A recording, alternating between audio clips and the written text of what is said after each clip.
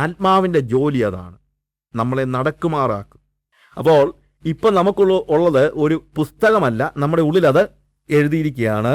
എന്നാൽ അതിനും അപ്പുറത്ത് മറ്റൊരു കാര്യം സംഭവിക്കുന്നത് അറിയാമോ? ഇപ്പോൾ നിയമം തന്നെയല്ല ഉള്ളിലേക്ക് വന്നിരിക്കുന്നത്, നിയമദാതാവുടെ ഉള്ളിൽ വന്നിരിക്കുകയാണ്. You understand? It is not just the book, but the author of the book is inside. You get my point? പക്ഷേ നേരത്തെ എന്തായിരുന്നു? നമുക്ക് ലോയാ കയ്യിലിടുന്നത്. ഇത് ഞാൻ പറയുന്നത് don't think that it is just for Old Testament പ്രൊവോസ് ചെയ്യാൻ ഓൾഡ് ടെസ്റ്റമെന്റ് ബുക്കിൻ്റെ കാര്യമൊന്നുമല്ല ഞാൻ പറയുന്നത്. നമ്മളെ സംബന്ധിച്ചിടത്തോളം ഏത് റിലീജിയനും ഒരു ബുക്കുണ്ട്, ഏത് റിലീജിയനും ഇല്ലേ? എവറി റിലീജിയൻ കൂടെ ബുക്ക്. ഇപ്പോൾ ക്രിസ്ത്യാനികൾക്ക് ബൈബിളുണ്ട്. അങ്ങനെ ഒരു നിലയിലേക്ക് വന്നിരിക്കുകയാണിത്. കുറച്ച് പേര് ഖുർആൻ അനുസരിക്കാൻ നോക്കുന്നു, കുറച്ച് പേര് ഗീത അനുസരിക്കാൻ നോക്കുന്നു, കുറച്ച് പേര് ഗുരു ഗ്രന്ഥ സാഹിബിൻ്റെ പുറകെ പോകുന്നു, കുറച്ച് പേര് all kind of religious books. എന്നാൽ ഇവിടെ എന്താണ്, നമ്മളും റിലീജിയൻ്റെ ആൾക്കാരാകുമ്പോഴത്തേക്ക് എന്ത് സംഭവിക്കുന്നു? Naturally we follow a book. പക്ഷെ കർത്താവ് പറയാണ്, that is not what is essential. I will put my law inside you and I will come. ഇപ്പോൾ ഹൃദയത്തിലേക്ക് വന്നിരിക്കുന്നത് എന്തൊക്കെയാണ്? പുസ്തകമല്ല വന്നിരിക്കുന്നത്, പുസ്തകം തന്നെയല്ല, പുസ്തകം എഴുതിയ ആളൊടുങ്ങി പോകുന്നിരിക്കുകയാണ്.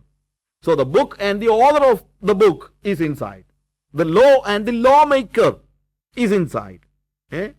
അപ്പോൾ നമ്മൾ ചിലപ്പം പലപ്പോഴും ഉണ്ടല്ലോ, കർത്താവ് പറഞ്ഞ് ഇപ്പം നമ്മൾ ജെറമ്യായി വായിച്ചത് എന്താണ്? ഞാനൊരു പുതിയ നിയമം ചെയ്യുന്ന കാലം വരുന്നു. പുതിയ നിയമം എന്ന് പറയുമ്പോഴത്തേക്ക് നമ്മൾ ഉദ്ദേശിക്കുന്നത് പഴയ അല്ലെങ്കിൽ പുതിയ ഉടമ്പടി. പഴയ ഉടമ്പടി എന്ന് പറഞ്ഞു കഴിഞ്ഞാൽ പഴയ നിയമം, പുതിയ ഉടമ്പടി എന്ന് പറഞ്ഞു കഴിഞ്ഞാൽ പുതിയ നിയമം. അതല്ലെങ്കിൽ പഴയ സീനായിലെ 10 കൽപ്പനകൾക്ക് പകരം ഗിരിപ്രഭാഷണം. എന്നാൽ ഇത് രണ്ടും അക്ഷരമായി വരികയാണ്.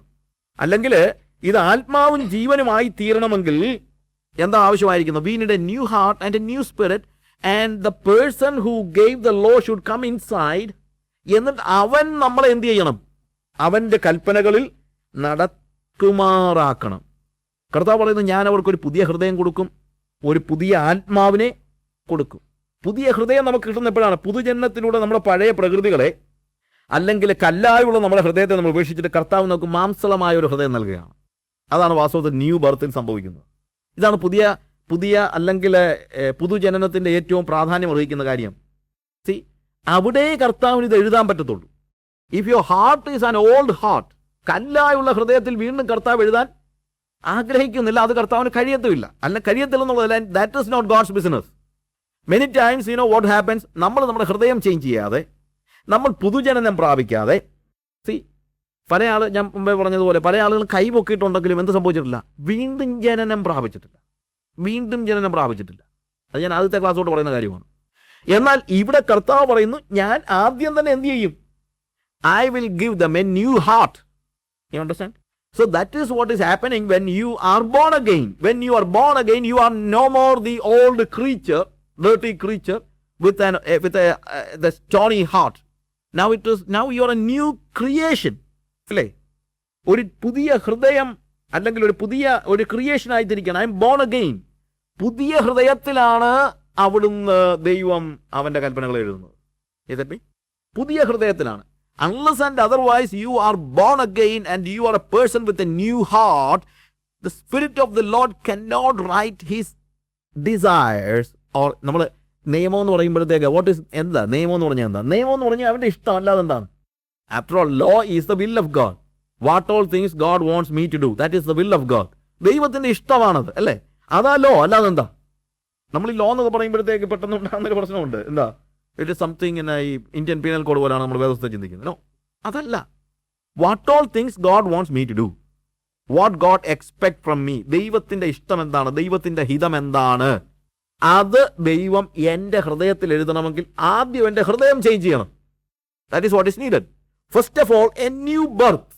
പുതുജനനത്തിലൂടെ I am becoming born again. I am a new creation and I have a new heart, a sensitive heart to the commandments of the Lord. അത് കൽപ്പനയാണോ എന്നൊന്നും എനിക്ക് വിഷയമല്ല.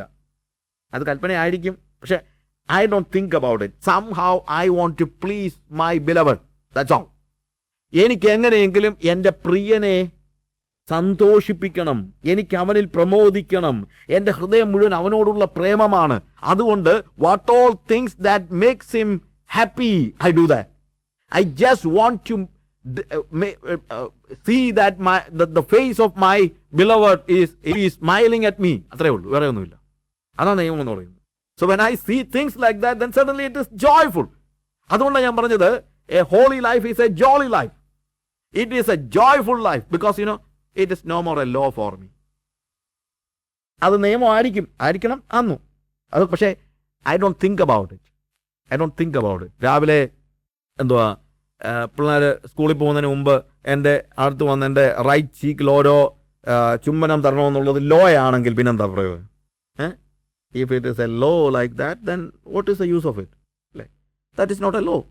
എൻ്റെ ഭാര്യയെ ഞാൻ സ്നേഹിക്കണമെന്നുള്ളത് ലോ ആയതുകൊണ്ടാണോ ഞാൻ സ്നേഹിക്കുന്നത്? അല്ലെങ്കിൽ എൻ്റെ ഭാര്യ എനിക്ക് എന്തെങ്കിലും കാര്യങ്ങൾ ഉണ്ടാക്കി തരുന്നത്, രാവിലെ അവളൊരു കല്യാണം കഴിക്കുന്ന മുമ്പായിട്ട് ഞാനൊരു book what all things I need അതിൽ എഴുതി വെച്ചിട്ട് രാവിലെ രാവിലെ 7 മണിയാകുമ്പോൾ കാപ്പിയല്ലേ, എന്നാൽ ശരി കാപ്പി ഇട്ടേക്കാം എന്ന് പറഞ്ഞ് പോകുന്നതാണോ കുടുംബജീവിതം എന്ന് പറയുന്നത്?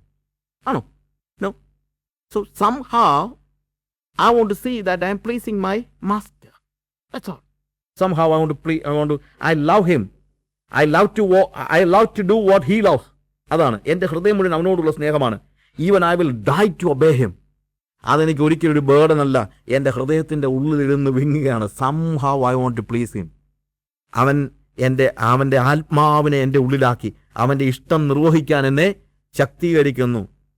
And he is having a standard. Certainly he sets a standard. അവനൊരു സ്റ്റാൻഡേർഡ് ഉണ്ട്. അവൻ്റെ സ്റ്റാൻഡേർഡ് അവൻ എന്ത് ചെയ്യുന്നു? പറയുന്നു. What all things are in his mind. അവൻ്റെ ഹൃദയത്തിലുള്ള എന്താണെന്നുള്ളത് എന്നോട് പറയുന്നു. ആൻഡ് കാര്യം എന്താണെന്ന് ചോദിച്ചു കഴിഞ്ഞാൽ, ആൻഡ് ഹിസ് സ്പിരിറ്റ് ഫുൾഫിൽഡ്. അവനെനിക്കൊരു പുതിയ ഹൃദയം തന്നു. When I am born again. ആ ഹൃദയത്തിൽ അവൻ എന്ത് ചെയ്തു? അവൻ്റെ ഇഷ്ടങ്ങളെ എഴുതി. എന്നിട്ട് അവൻ്റെ ആത്മാവിനെ എനിക്ക് തരികയാണ്. അതുകൊണ്ടാണ് പരിശുദ്ധാത്മാവ് ആവശ്യമായി വന്നിരിക്കുന്നത്. വീണ്ടും ജനനം ഇല്ലെങ്കിൽ ദൈവത്തിന് ഇഷ്ടം പോലും അറിയാൻ പറ്റത്തില്ല. Unless you are born again, you cannot even know what the Lord is expecting from you. Because born again experience is essential and that is inevitable and that is the basis. And without that experience, you cannot expect anything from God. Because covenant ഇല്ലാതെ ഒരു കാര്യമില്ല.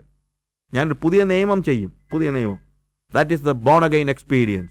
And your heart, you are getting a new heart because you are becoming a new creature, a new creation. You are no more the old has gone and the new has come.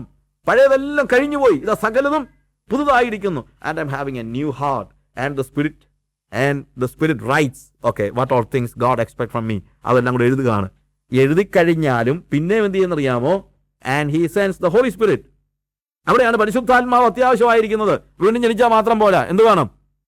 വീണ്ടും ജനിച്ചത് തന്നെ പരിശുദ്ധാത്മാവിൽ അല്ലയോ എന്നൊക്കെ ചോദിക്കുമായിരിക്കും. ഇതൊക്കെ വേറെ കാര്യം. Unless and otherwise the Spirit dwells within you, you cannot live a holy life. പരിശുദ്ധാത്മാവ് നിന്റെ ഉള്ളിൽ വസിക്കുന്നില്ലെങ്കിൽ, പരിശുദ്ധാത്മാവ് പാപബോധം വരുത്തിയത്, പരിശുദ്ധാത്മാവാണ് നീതിയെക്കുറിച്ച് ബോധ്യം വരുത്തിയത്, പരിശുദ്ധാത്മാവാണ് ന്യായവിധിയെക്കുറിച്ച് ബോധ്യം വരുത്തിയത്, പരിശുദ്ധാത്മാവാണ് പുതുജനനം നൽകിയത്. John chapter 3. I don't have time to take all those passages. I told you, this is a vast subject. അതുകൊണ്ട് നമ്മളിപ്പോൾ എല്ലാം നമുക്ക് പഠിക്കുകയൊന്നുമല്ല, അതിൻ്റെ ആവശ്യമില്ല. ബാക്കി നിങ്ങൾ പഠിക്കണോ? അല്ലെ പിന്നെന്തോ കർത്താവ് നിങ്ങളെ കൂടുതൽ പഠിപ്പിക്കാനായിട്ട് നിങ്ങളൊന്ന് ഇരിക്കണമല്ലോ. Not just coming here or hearing the CD. അതൊന്നും അല്ല ഇന്നത്തെ വിഷയം. You have to sit in the presence of the Lord and I am quite sure the Spirit of the Lord will teach you a lot of things. He will lead you into all the truth. അതിനാണ് നമുക്ക് പരിശുദ്ധാത്മാവിനെ നൽകി. അപ്പോൾ അവനാൽ ഞാൻ രക്ഷിക്കപ്പെട്ടു, അവനാൽ ഞാൻ പുതുജനനം പ്രാപിച്ചു, വെള്ളത്താലും ആത്മാവിനാലും. My natural birth and my spiritual birth. I will try to explain it. മറ്റേ ആ ദൈവരാജ്യത്തിൻ്റെ ക്ലാസ് ഉള്ളതുകൊണ്ട് ഞാൻ ആ ഭാഗത്തിലേക്ക് കടക്കുന്നതേ ഇല്ല. I will tell it there. അപ്പോൾ വെള്ളത്താലും ആത്മാവിനാലും ഞാൻ വീണ്ടും ജനിച്ചതുകൊണ്ട് I have a new heart. പക്ഷേ എനിക്ക് എന്തുകൊണ്ടല്ലേ പറ്റുള്ളൂ? പരിശുദ്ധാത്മാവ് എൻ്റെ ഉള്ളിൽ വന്ന് എന്നെ അവൻ്റെ കൽപ്പനകളിൽ ആക്കിയെങ്കിലേ പറ്റുള്ളൂ. So I need the Holy Spirit. അപ്പോൾ he sets the standard and his spirit fulfil it. അവൻ കൽപ്പനകളെ തരുന്നു, അവൻ്റെ സ്റ്റാൻഡേർഡ് പറയുന്നു, എന്നാൽ അത് നിർവഹിക്കുന്നതും ആര് തന്നെയാണ്?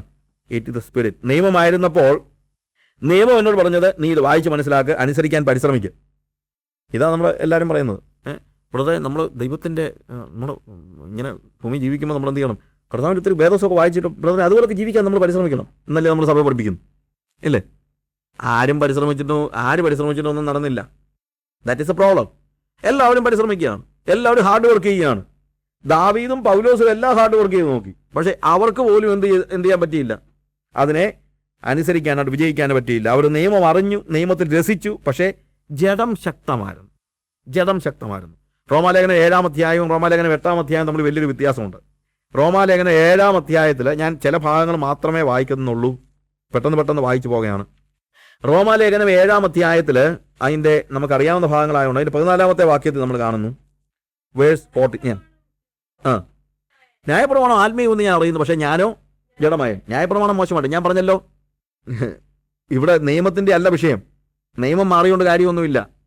കാറിൻ്റെ എൻജിൻ കേടായി കഴിഞ്ഞാൽ ടയർ നന്നാക്കിയിട്ട് കാര്യമൊന്നുമില്ല, ടയർ മാറ്റിയിട്ടിട്ട് കാര്യമില്ല. ന്യായപ്രമാണം ആത്മീയമെന്ന് ഞാൻ അറിയുന്നു, ന്യായപ്രമാണം മോശമല്ല, ന്യായപ്രമാണം ആത്മീയമെന്ന് ഞാൻ അറിയുന്നു, പക്ഷേ ഞാനോ ജഡമയൻ. 4 ടയർ ഉണ്ടെന്ന് പറഞ്ഞുകൊണ്ട് കാർ ഓടത്തില്ല. കാർ ഓടണമെങ്കിൽ ഹാർട്ട് ശരിയാണ്. You understand the difference? അവിടെയാണ് ഇന്നത്തെ വിഷയം. ഞാനോ ജഡമയൻ. 22-ാം വാക്യം. അപ്പോൾ ഉള്ളം കൊണ്ട് ഞാൻ എന്ത് ചെയ്യുന്നു? ന്യായപ്രമാണത്തിൽ രസിക്കുന്നു.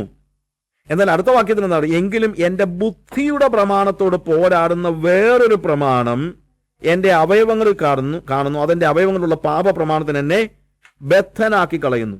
നോക്ക്, ഇവിടെ പോരാട്ടം നടക്കുന്നത് ആര് തമ്മിലാണെന്നറിയാമോ? ബുദ്ധിയും ജഡവും തമ്മിലാണ്. You understand? തല. ബുദ്ധി എന്ന് പറയുമ്പോഴത്തേക്ക് എന്താണ്? തല. അപ്പൊ പൗലോസ് പറയാണ്, I know what is the law and I love it. എനിക്ക് നിയമം അറിയാം, ഞാൻ നിയമത്തിൽ രസിക്കുന്നുണ്ട്.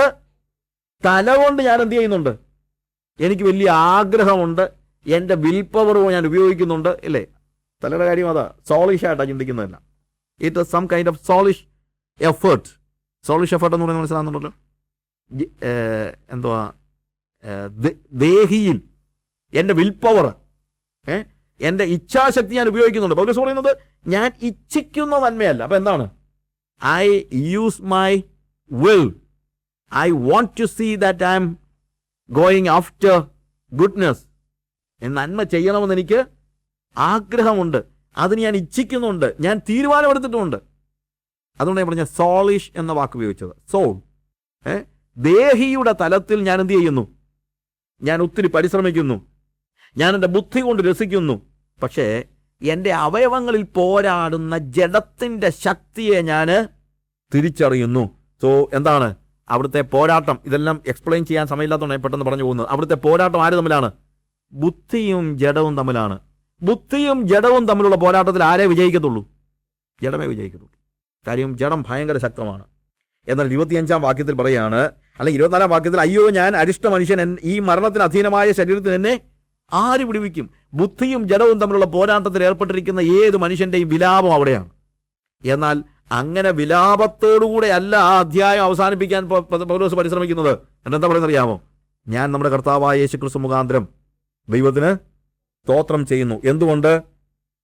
എന്തുകൊണ്ടാണ്? അല്ല, അതിൻ്റെ അടുത്ത വാക്യം വാസ്തവത്തിൽ അതിൻ്റെ മുകളിൽ വരേണ്ട ഒരു വാക്യമാണ്, അതിൻ്റെ കൺസ്ട്രക്ഷനിലെ പ്രശ്നമാണ്. അപ്പോൾ ഇവിടെ എന്താണ് പറഞ്ഞിരിക്കുന്നത്?